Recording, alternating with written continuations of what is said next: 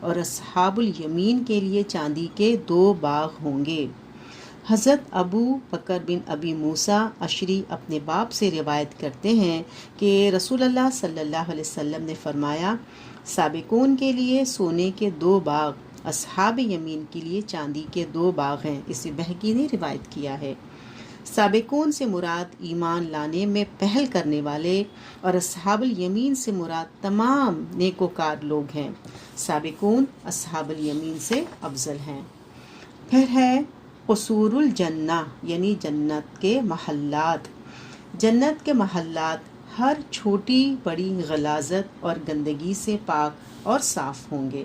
سورہ توبہ آیت نمبر 72 میں اللہ تعالیٰ فرماتے ہیں، مومن مردوں اور عورتوں سے اللہ تعالیٰ نے وعدہ کر رکھا ہے کہ وہ انہیں ایسے باغ دے گا جن کے نیچے نہریں بہتی ہوں گی اور وہ ان میں ہمیشہ رہیں گے۔ ان باغوں میں ان کے لیے پاکیزہ قیام گاہیں ہوں گی، اور سب سے بڑھ کر یہ کہ انہیں اللہ تعالیٰ کی خوشنودی حاصل ہوگی، یہی بڑی کامیابی ہے۔ پھر ہے جنت کے محلات میں تمام برتن سونے اور چاندی کے ہوں گے۔ جنتیوں کے محلات میں ہر وقت عود جلتی رہے گی، جس کی خوشبو سے ان کے محلات معطر رہیں گے۔ پھر ہے جنتیوں کے پسینے سے مشک کی خوشبو آئے گی۔ جنت میں تھوک، ناک اور رفع حاجت وغیرہ نہیں ہوں گے۔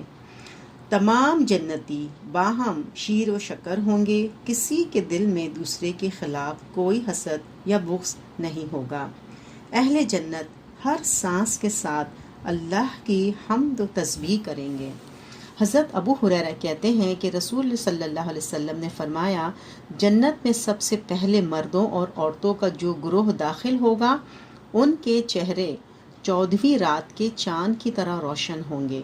انہیں تھوک نہیں آئے گی، نہ ناک اور رفع حاجت کی ضرورت محسوس کریں گے۔ ان کے برتن سونے کے ہوں گے، کنگھیاں تک سونے اور چاندی کی ہوں گی، انگیٹھیوں سے عود کی خوشبو نکل رہی ہوگی۔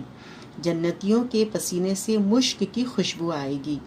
ہر جنتی کے پاس 2 بیویاں ایسی ہوں گی جن کے حسن کی وجہ سے ان کی پنڈلی کا گودا گوشت کے اندر سے دکھائی دے گا۔ جنتی لوگوں میں باہمی اختلاف نہیں ہوں گے، نہ ہی بغض ہوگا، بلکہ یکجان ہوں گے۔ صبح و شام اللہ کی تسبیح کرتے رہیں گے۔ اسے بخاری نے روایت کیا ہے۔ پھر ہے جنت کے محلات سونے اور چاندی کی اینٹوں سے بنے ہوئے ہوں گے۔ جنت کے سنگریزے موتی اور یاقوت کے ہیں اور مٹی زعفران کی ہے۔ پھر ہے جنت میں موت نہیں آئے گی، جنتی ہمیشہ ہمیشہ زندہ رہیں گے۔ جنت میں بڑھاپا نہیں آئے گا، بلکہ وہ ہمیشہ جوان رہیں گے۔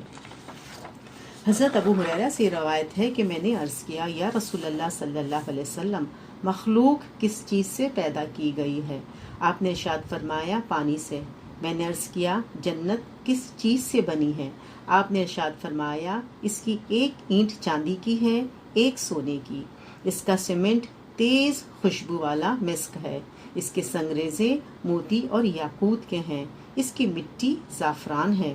جو شخص اس میں داخل ہوگا وہ عیش کرے گا، کبھی تکلیف نہیں دیکھے گا، ہمیشہ زندہ رہے گا، کبھی نہیں مرے گا۔ جنتیوں کے کپڑے کبھی پرانے نہیں ہوں گے، ان کی جوانی کبھی فنا نہیں ہوگی۔ اسے ترمذی نے روایت کیا ہے۔ پھر ہے جنت عدن کو اللہ تعالیٰ نے اپنے ہاتھ سے تعمیر فرمایا ہے۔ جنت عدن کے محلات کی ایک اینٹ سفید موتی کی، ایک اینٹ سرخ یاقوت کی، ایک اینٹ سبز زمرد کی ہے، اور اس کی مٹی جو ہے مسک کی ہے۔ اس کے سنگریزے یعنی کنکریاں لؤلؤ کی، اور اس کی گھاس زعفران کی ہے۔ حضرت انس کہتے ہیں کہ رسول اللہ صلی اللہ علیہ وسلم نے فرمایا، جنت عدن کو اللہ تعالیٰ نے اپنے ہاتھ سے تعمیر فرمایا ہے، جس کی ایک اینٹ سفید موتی کی، ایک سرخ یاقوت کی، ایک سبز زمرد کی ہے۔ اس کی مٹی مسک کی ہے، اس کے سنگریزے لؤلؤ کے ہیں، اس کا گھاس زعفران کا ہے۔ جنت کی تعمیر کے بعد اللہ تعالیٰ نے جنت سے ارشاد فرمایا، کچھ کہہ۔ جنت نے کہا، فلاح پا گئے ایماندار لوگ۔ پھر اللہ عز و جل نے ارشاد فرمایا، میرے جلال اور عزت کی قسم، کوئی بخیل تجھ میں داخل نہیں ہو سکے گا۔ پھر رسول اللہ صلی اللہ علیہ وسلم نے یہ تلاوت فرمائی: جو لوگ نفس کی بخیلی سے بچا لیے گئے وہ فلاح پا گئے۔ اسے ابن ابی دنیا نے روایت کیا ہے۔ وضاحت: مذکورہ حدیث میں بخل سے مراد زکوٰۃ ادا نہ کرنے والے لوگ ہیں۔ پھر بعض محلات میں سونے کے باغات ہوں گے جن کی ہر چیز سونے کی ہوگی، بعض محلات میں چاندی کے باغ ہوں گے جن کی ہر چیز چاندی کی ہوگی۔ حضرت عبداللہ بن قیس سے روایت ہے کہ نبی اکرم صلی اللہ علیہ وسلم نے فرمایا: جنت میں جنتیوں کے لیے 2 باغ چاندی کے ہوں گے، اس کے برتن اور ہر چیز چاندی کی ہوگی، اور 2 باغ سونے کے ہوں گے، یعنی اس کے برتن اور ہر چیز سونے کی ہوگی۔ لوگوں کے لیے جنت عدن جنت کا نام ہے، میں اپنے رب کو دیکھنے میں کوئی چیز رکاوٹ نہ بنے گی سوائے اس کے کبریائی کے چادر کے جو اس کے چہرے مبارک پر ہوگی۔ اسے مسلم نے روایت کیا ہے۔ پھر ہے جنت کے محلات میں بڑے بڑے گنبد خوبصورت سفید موتیوں سے تعمیر کیے گئے ہیں۔